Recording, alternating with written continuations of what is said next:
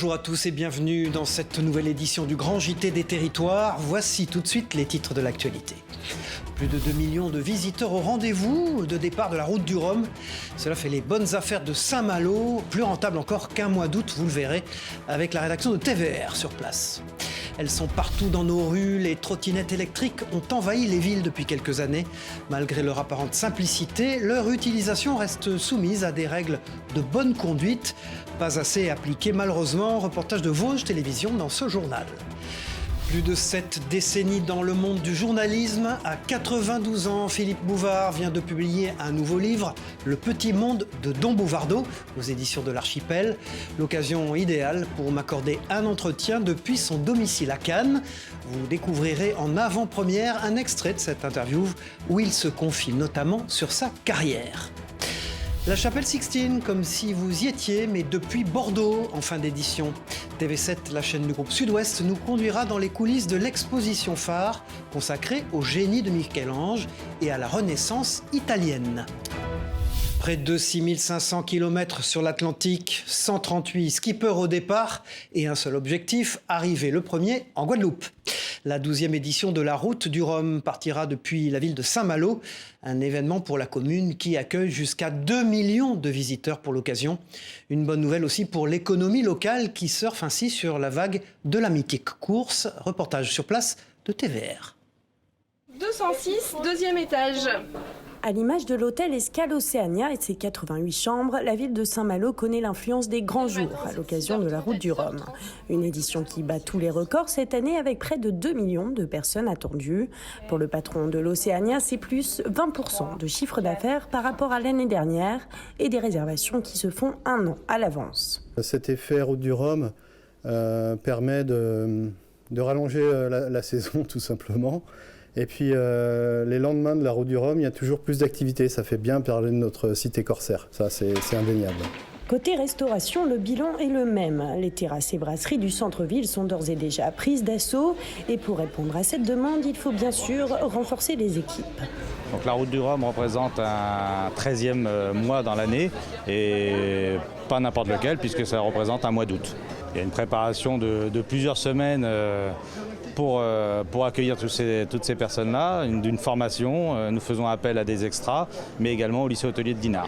Et au-delà des retombées économiques certaines, la Route du Rhum, c'est aussi d'importantes retombées médiatiques pour la cité corsaire. C'est 227 000 nuitées supplémentaires à l'occasion de la Route du Rhum. Donc on voit bien qu'il y a des effets immédiats.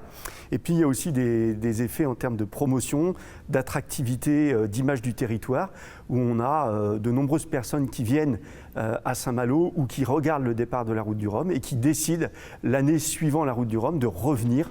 Les tendances sont toujours similaires. C'est une année après la Route du Rhum, un engouement particulier justement pour venir sur notre territoire. Il durera, lui, c'est certain, plus d'une semaine. L'hiver ne débutera officiellement que le 21 décembre prochain. Néanmoins, les températures ont commencé à baisser ces derniers jours sur une bonne partie du territoire. Une baisse qui rime bien sûr avec le retour du chauffage et des factures qui pourraient exploser dans ce contexte actuel. Dans la Somme, de nombreux habitants se chauffent encore au fioul. Alors, pour amoindrir les coûts, le maire d'un village propose désormais des commandes groupées à ses habitants. Objectif, obtenir une ristourne de la part des fournisseurs. Reportage et explication de Jérémy Houbron pour WEO TV, la chaîne de la Voix du Nord. Viviane est parée pour affronter l'hiver. Là, j'ai 2 cuves de 1000 litres et je viens de faire remplir une de mes cuves. Cette habitante d'Epeville vient de se faire livrer 1000 litres de fioul et une facture salée de 1550 €, soit 1,55 € le litre de fioul. Là, j'ai bien peut-être 75 centimes de plus. Il me restait ça. Alors du coup, j'en ai recommandé pour finir. Après, l'année prochaine, on verra. En 2 ans, sa dépense pour 1000 litres de fioul s'est alourdie de 530 €. Alors pour faire baisser la facture, elle a opté pour la commande groupée. Une idée lancée par la municipalité il y a 2 mois. On a fait des formulaires pour les administrés de façon à ce qu'ils demandent ce qu'ils avaient besoin. Et puis voilà, après nous, on a démarché un fournisseur de fioul. Au lieu d'un 74 à peu près, ça fait les gens vont payer 1,55 €. 15 centimes d'euros, une ristourne bienvenue dans un contexte d'inflation jamais vu auparavant. En à peine un an, le prix du fioul a déjà augmenté de 71%. Il vaut mieux faire rentrer quand c'est encore dans des tarifs qui sont entre guillemets raisonnables que en pleine période de froid où obligatoirement les prix vont monter. Pour cette grande première, 29 Épeuvillois ont commandé du fioul par l'intermédiaire de la mairie qui envisage d'effectuer une nouvelle commande groupée en février prochain. Et si pour faire des économies, vous passiez au vélo? L'idée encouragée par le gouvernement comme les entreprises séduit de plus en plus de Français. À Nîmes, une société propose une prime de 400 € à tous les salariés qui font le choix de ce mode de transport pour leur trajet domicile-travail. Une aide qui semble convaincre les concernés, comme a pu le constater Laurie Chamerla pour Via Occitanie. Regardez. Comme tous les matins, Pierre se rend à vélo au travail, une habitude qu'il a prise depuis septembre grâce à un coup de pouce de son entreprise. Alors depuis qu'on a eu la prime des 400 € de l'entreprise, j'ai joué le jeu de venir du coup en vélo pour justement déjà être mieux au niveau de l'écologie et aussi pour pas payer d'essence parce que c'est vrai que c'est cher en ce moment. C'est pas trop contraignant, il faut juste que je me lève un petit peu plus tôt que d'habitude. La loi de finances prévoit qu'une société peut offrir une prime exonérée allant jusqu'à 800 € pour tout salarié utilisant des mobilités durables. Dans l'entreprise de Pierre, sur les 80 employés du site, une soixantaine s'est engagée. Nous voulions à la fois les accompagner dans leurs dépenses avec donc le pouvoir d'achat qui est de plus en plus complexe et à la fois donc les inciter à participer à leur manière en venant avec un mode de transport beaucoup plus vert, beaucoup plus écologique. Donc ça peut être donc le vélo, ça peut être le covoiturage, ça peut être le transport en commun et donc ça peut être un véhicule hybride ou électrique. Une prime qui peut se cumuler avec la prise en charge par l'employeur de 50% de l'abonnement de transport en commun. Voilà, et en plus des déplacements à vélo ou à pied, l'économie circulaire est elle aussi très utile pour préserver l'environnement. Parmi les ressources mal exploitées, les déchetteries représentent de vraies mines d'or, vous allez le voir. À Thonon-les-Bains, plus de 500 tonnes d'objets jetés par an sont en parfait état ou sont réutilisables. Et c'est pour les exploiter qu'une ressourcerie a été créée par plusieurs associations. Victoria Lopez a suivi le parcours d'un déchet sauvé de la benne, un sujet de la rédaction de 8 Mont-Blanc. Le geste est simple mais lourd de conséquences. Dans le Chablais, 500 tonnes d'objets sont gaspillés chaque année. Ils se retrouvent dans ces bennes alors qu'ils pourraient encore faire des heureux. Les bénévoles et les salariés de la remise ont donc décidé de collecter directement dans les déchetteries les objets et les meubles en bon état. On est dans une région où la ressource, le gisement est énorme. On a énormément d'objets de qualité qui sont jetés. Et à côté de ça, il y a des personnes qui elles sont en difficulté, ont du mal. Nous, on vient collecter en déchetterie. Et c'est ça la nouveauté du modèle, c'est que nous, on supprime du gaspillage. On s'engage à 300 tonnes par an. Dans ces caisses sont rangés les plus petits objets alors que les meubles sont chargés directement dans le camion. Ils sont ensuite transportés dans cette ressourcerie. L'Armise, fondée par 7 associations, dispose d'un véritable centre commercial. Dans cet espace, un atelier de réhabilitation des objets et des meubles a été installé. Au cœur du lieu, un espace d'échange et d'animation a été aménagé autour du bar. Des ateliers et autres événements y seront organisés. L'espace dispose aussi d'une véritable boutique où seront vendus les objets collectés et remis à neuf. On a créé sur ce site 30 emplois non délocalisables. Et dans ces 30 emplois, il y a 20 postes en insertion. Donc c'est aussi un projet social. On a mis 1,3 million d'investissement. Donc c'est pas rien. Les pouvoirs publics nous suivent. De nombreuses fondations privées aussi. On a des partenaires. L'épicerie sociale a déjà ouvert ses portes dans les locaux. Solidarité encore dans ce journal pour évoquer à présent l'inquiétante situation du Secours populaire français.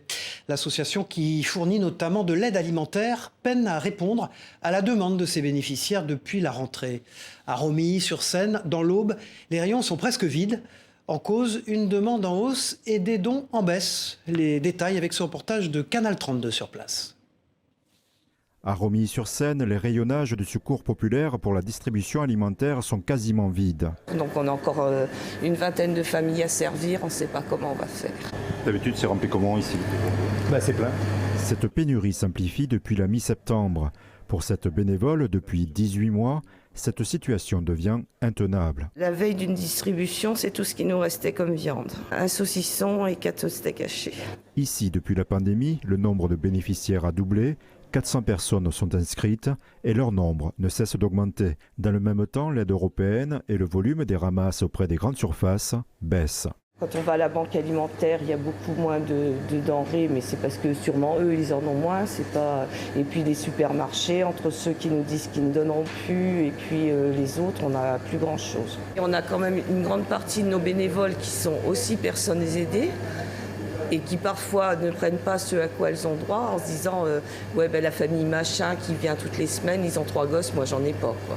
Si la générosité persiste, le volume des collectes auprès des particuliers ne couvre pas les besoins des distributions.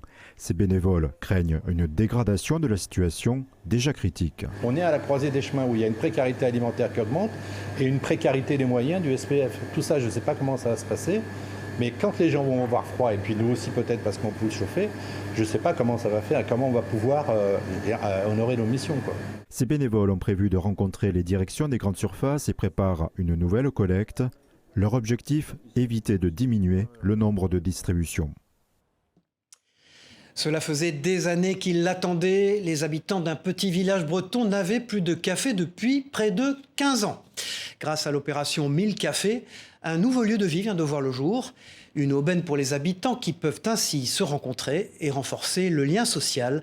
Un sujet de Karine Chevrelier pour TBO, la chaîne du groupe Le Télégramme à Brest. Après plus de 10 années sans café-restaurant, la commune de Saint-Gérand-Croisenvec dans le Morbihan, 1400 habitants, a depuis mars dernier un nouveau lieu de vie et ses habitués. On apprend à connaître des gens qu'on ne connaissait pas avant. Depuis qu'on vient ici boire notre café, on rencontre des gens qui habitent ici et qu'on n'a jamais vu avant en fait. Derrière le comptoir et au fourneau, Jocelyne et Dominique. Le couple d'Alsaciens a traversé l'Hexagone d'est en ouest pour s'installer dans cette commune rurale. Ce projet-là, ce qui nous a plu aussi, c'est de redynamiser tous ces villages, ces petits bourgs. La ruralité a besoin de reprendre vie. Et c'est un beau lieu de rencontre parce qu'il y a des personnes, ça faisait 20 ans qu'ils ne s'étaient pas vues et qui se sont retrouvées ici autour d'un café et qui ont pu discuter. Et c'est dans l'ancienne mairie et presbytère de Saint-Gérand que le café a vu le jour. Un investissement à un peu plus de 200 000 € pour la municipalité qui répond à un besoin des habitants. Aux dernières élections, on avait demandé aux Géranais qu'est-ce qui était intéressant pour eux, soit un bâtiment structurant ou quelque chose. Et donc on avait fait un petit questionnaire et le questionnaire est arrivé sans appel, c'est-à-dire ils voulaient un café, un lieu de rencontre, un lieu de vie. Et donc c'était important pour eux. Le Géranais est le premier café-restaurant breton porté par le réseau 1000 cafés en France à voir le jour. Le réseau a pour mission de recréer du lien social dans les petites communes touchées par la désertification. Nous accompagnons la gestion du café, que ce soit d'un point de vue économique, que ce soit d'un point de vue relationnel, communication, déploiement des activités. C'est vraiment aiguiller donc les gérants sur le développement de l'activité pour en assurer sa pérennité. En Bretagne, c'est à Vieux-Vy-sur-Couesnon, en Ille-et-Vilaine, que le prochain café du réseau va ouvrir ses portes début décembre prochain. Moi, j'ai pas connu. Elle résonne tous les premiers mercredis du mois depuis la Seconde Guerre mondiale. Les sirènes d'alerte permettent, vous le savez, de prévenir les populations d'un danger imminent ou en cours. Et si le risque de guerre est bien moindre aujourd'hui, celui d'un accident civil, lui, ne l'est pas. À Limoges, la sirène, vieille de 80 ans, vient d'être remplacée sur le toit de l'hôtel de ville, comme vous le voyez sur ces images aériennes de nos confrères de Sète à Limoges. La commune est notamment située en aval de plusieurs barrages installés sur la Vienne. Précision au micro de Benjamin Delmas. Elles ont été recentrées sur des événements de sécurité civile et là en l'occurrence c'est un type d'événement qui est la rupture de barrage. On a des barrages en amont, il n'y en a pas tant que ça, mais il y a des gros barrages en amont qui en cas de rupture effectivement nécessiteraient une alerte des populations. Elles ont envahi les routes et les trottoirs de nos villes en quelques années. Les trottinettes électriques sont désormais bien installées dans le paysage urbain. Utiles pour remplacer les déplacements en voiture ou en 2 roues, elles n'en restent pas moins dangereuses et soumises à des règles de bonne conduite. Encore méconnues, celles-ci font l'objet de rappels à l'ordre par les agents de police. Avec, pour exemple, à Épinal, ce sujet de Ludovic Bissilla et d'Anne Didier pour Vosges Télévisions. Voici une infraction très répandue en centre-ville. À Épinal, comme dans toutes les villes, les trottinettes électriques sont de plus en plus nombreuses. C'est moins encombrant et moins polluant qu'une voiture, donc bon pour l'environnement. Mais trop peu de leurs pilotes savent qu'une trottinette électrique est pourtant considérée comme une voiture. Elles doivent donc rester sur la chaussée. Des fois je roule sur la route, quand il n'y a personne sur la route, mais des fois je roule sur le trottoir et tout. Pourquoi tu n'as pas le droit? Ah ouais, je sais pas. Tu vois, des fois j'ai peur qu'il y ait des voitures ou des rangées. Le trottoir c'est réservé aux piétons, essentiellement aux piétons, alors on les laisse. On a vu tout à l'heure là les deux jeunes qui ont été, qui circulaient à deux sur la trottinette électrique. Je suis allé les voir, je leur ai expliqué que c'était pas deux et vous avez vu 10 minutes après, on les voit à nouveau. Donc eux ont été verbalisés. Une amende ici de 35 €, mais elles peuvent aller jusqu'à 500 €. Des trottinettes électriques qui doivent également être assurées par un contrat spécifique. Comme tout véhicule à moteur, comptez 30 à 50 € par an. Les autres engins motorisés de plus en plus fréquents, ce sont les vélos à assistance électrique. Comme les musculaires, ils doivent rester sur la route. Tout comme l'est le fait d'être à deux sur un vélo, on le voit fréquemment sur ceux en libre service. Mais une réglementation spécifique existe pour les cyclistes. Ils peuvent notamment remonter une rue à sens unique, à contresens donc par rapport aux voitures. Oui, un vélo, il peut, sauf cas contraire, mais là, sur Épinal, c'est pas le cas, prendre en sens interdit, qui n'est pas un sens interdit pour lui. Donc voilà, pareil, arriver à un feu, peut tourner à droite, même si le feu est rouge. De nouvelles règles de circulation et surtout un nouveau partage de l'espace public. Il faut qu'on s'adapte et que que chacun puisse trouver sa place et en tout cas trouver une réelle harmonie dans les déplacements. Épinal a lancé son dernier plan de mobilité au printemps, de nouveaux usages, une bonne connaissance des règles et surtout une acceptation par tous du partage des axes de circulation qui demanderont assurément un peu de temps. Des trottinettes au roller, transition toute tracée dans cette édition pour vous faire découvrir une pratique, le roller derby. Venu des États-Unis, ce sport physique gagne de plus en plus de terrain en France. À Metz, une équipe féminine fait partie de la 3e division nationale. Un mélange de glisse et de contact étonnant, comme vous allez le voir avec ce sujet de Colline l'expert pour Moselle Télévision. Une troupe surmotivée et montée sur roulette, voilà 10 ans que cette équipe de roller derby se fait sa place dans le paysage sportif messin. Mélissa, la reine de la Mirabelle, s'y est mise il y a 1 an. C'est vraiment par hasard que j'ai découvert ce sport. C'est une amie qui a dit de venir à des entraînements qu'il a vu à la fête du sport. Et en fait, j'ai tout de suite accroché entre le patinage et le sport de contact et l'esprit d'équipe surtout. C'est ça qui m'a motivée. Et ces entraînements ont lieu chaque semaine. Les 13 joueuses grenats se retrouvent pour apprendre à marquer toujours plus de points. Mais ne cherchez pas la balle. Dans ce sport de contact, pour faire exploser le compteur, il faut plutôt jouer des coudes. Il y a 5 joueuses par équipe sur le track. Donc 4 personnes qui sont en défense et une personne qui est attaquante, qui a une étoile sur son casque. Et c'est cette personne-là qui va marquer des points. Et pour marquer, la jammeuse au casque étoilé doit parvenir à traverser la défense adverse, puis sprinter autour de la piste. Un sport intensif qui demande un bon cardio et de bons équipements pour amortir les nombreux chocs. Si les tenues customisées et les surnoms choisis par les joueuses peuvent prêter à sourire, le roller derby n'en reste pas moins une discipline mondiale. On est donc inscrite dans le championnat de National 2. Notre objectif, c'est de prouver qu'on a notre place en fait dans ce championnat. L'équipe avec laquelle on joue, c'est celle qu'on avait l'année dernière. Et même si l'envie de gagner se ressent chez les grenats, l'esprit roller derby, c'est aussi se prouver qu'on est forte. Comme dans la vie, on apprend à tomber. Déjà, c'est une des premières choses qu'on apprend. Et puis, on apprend à se relever. On apprend aussi à beaucoup communiquer, à se soutenir les uns les unes les autres. La communauté derby de Metz est toujours prête à s'agrandir, à la recherche de casse-cou, prête à en découdre. Voilà un sport épatant donc qui nous conduit vers une autre discipline surprenante, le Fit Pink Tonic. Un mélange de ping-pong et de fitness destiné à séduire un nouveau public.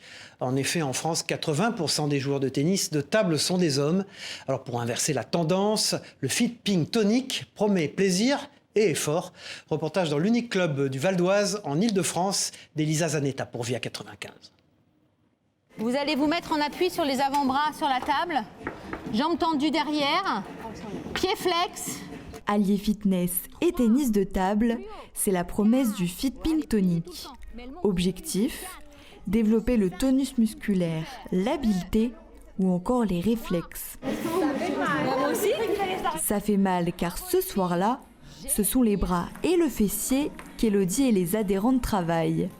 Au programme de la séance, agilité pongiste.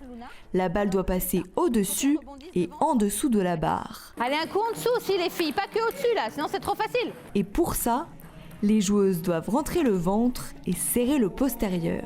Il y a toujours un lien entre le thème de la séance en fitness et les exercices de tennis de table. Quand on fait les bras, on peut faire des smatchs. Même si cette salle peut faire penser le contraire, moins d'un joueur de ping-pong sur 6 est une femme. Les femmes n'aiment pas le tennis de table. C'est simple. Et c'est pour ça qu'à la fédération, pour pouvoir féminiser les clubs de tennis de table, ils ont créé le FitPing pour faire venir les femmes au tennis de table d'une façon ludique. Officiellement reconnu en 2012, le FitPing Tonic est un pari réussi pour la fédération de tennis de table. Sur 700 adhérents, 90% sont des femmes, comme Christelle et Elena, fidèles à leur activité favorite depuis 3 ans. Ça va? C'est original et en fait moi je trouve que c'est moins répétitif que le tennis de table parce qu'en fait on fait d'autres mouvements et ça nous permet aussi de voir autre chose à côté. Avec cette unique section de FitPing Tonic du Val d'Oise, le club de Saint-Leu-la-Forêt fait partie des 69 autres en France à développer cette activité. Et voilà, merci les filles.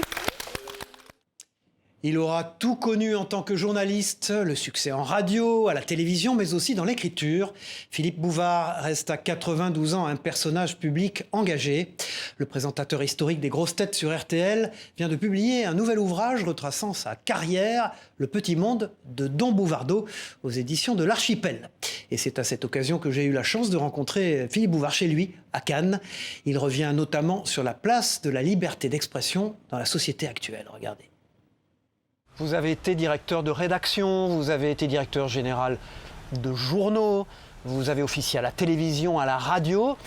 Vous n'avez pas vu cette évolution arriver, se faire? Vous la découvrez? Pas du tout, je ne l'ai pas vue. Comment ça se fait? Vous étiez à l'époque à l'écoute de votre temps. Il faut dire aussi qu'il s'est agi d'un lent grignotage étalé sur près d'un demi-siècle. Il y avait à chaque nouveau président, à chaque décennie, il y avait un petit progrès, enfin, qu'on présentait comme tel, où il y avait une petite reculade, où il y avait une loi en plus, un règlement supplémentaire. Et bon, je disais, oh, c'est un petit truc. Et en fait, à cause de ces petits trucs qui se sont agglomérés, la vie a changé. Le monde, je ne le reconnais plus. Et je vais vous dire, je sais que je serai obligé de le quitter, mais je regretterais moins de quitter le monde aujourd'hui que j'aurais regretté de quitter le monde d'hier. Voilà, l'entretien exceptionnel de Philippe Bouvard sera à découvrir sur TV5 Monde dans l'émission Monte Carlo Riviera le dimanche 13 novembre à 12h20 et le mardi 15 novembre à 19h ou en replay bien sûr sur le site internet tv5monde.com. Tout à fait, autre chose, c'est l'exposition événement de cet automne à Bordeaux, la chapelle Sixtine de Michel-Ange. Non pas l'œuvre originale bien sûr, mais la reproduction des fresques de la chapelle du Vatican. Bordeaux est la deuxième ville de France à accueillir cette exposition murale après Lyon. Au total, plus de 30 photographies en grand format permettent de plonger le visiteur dans l'œuvre de l'artiste italien et dans l'époque de la Renaissance. Un reportage de Dominique Parmentier pour TV7, la chaîne du groupe Sud-Ouest sur place. C'est au plafond de l'ancienne manufacture bordelaise du XIXe siècle que l'on peut admirer les 33 fresques de Michel-Ange qui ornent la voûte de la chapelle Sixtine. Parmi les plus connues, celle de la Genèse, comme la création d'Adam, où la main de Dieu rejoint ou repousse celle de l'homme. Un chef-d'œuvre réalisé au début du XVIe siècle. Mais ici, il s'agit bien sûr de reproduction. Ce sont des photographies haute définition qui ont été imprimées selon un procédé qui s'appelle SEG, Silicon Edge Graphics, qui en fait nous permet d'imprimer ces photos haute définition sur un tissu spécifique et qui vraiment vient imiter, on va dire, l'impression naturelle de la toile. Des reproductions grandeur nature et présentées séparément, contrairement à l'original. On est loin de l'ambiance monumentale de la chapelle Sixtine, mais l'idée du concepteur est d'offrir un autre point de vue, complémentaire. Là, l'idée, c'est qu'on vous donne un accès aux fresques de beaucoup plus proche, un point de vue qui est beaucoup plus proche. Alors parfois, ça fait un peu bizarre de ne pas avoir vraiment le recul, puisque dans la chapelle Sixtine, on voit vraiment toutes les œuvres les unes à côté des autres. Mais c'est aussi intéressant et ça permet de se concentrer sur, de délimiter chaque scène. Enfin, la 34e fresque, celle du jugement dernier, dont l'original de 16 mètres sur 13 orne le fond de la chapelle Sixtine, a été reproduite ici en version réduite. Il faut s'approcher pour apprécier tous les détails des 390 personnages représentés par l'artiste. Voilà donc un rendez-vous à ne pas manquer. Et si vous êtes à Bordeaux, l'exposition de la chapelle Sixtine est à découvrir jusqu'au dimanche 4 décembre. Voilà, c'est la fin de cette édition du Grand JT des Territoires. Merci de nous avoir suivis. On se retrouve très vite pour une nouvelle édition. Au revoir à tous.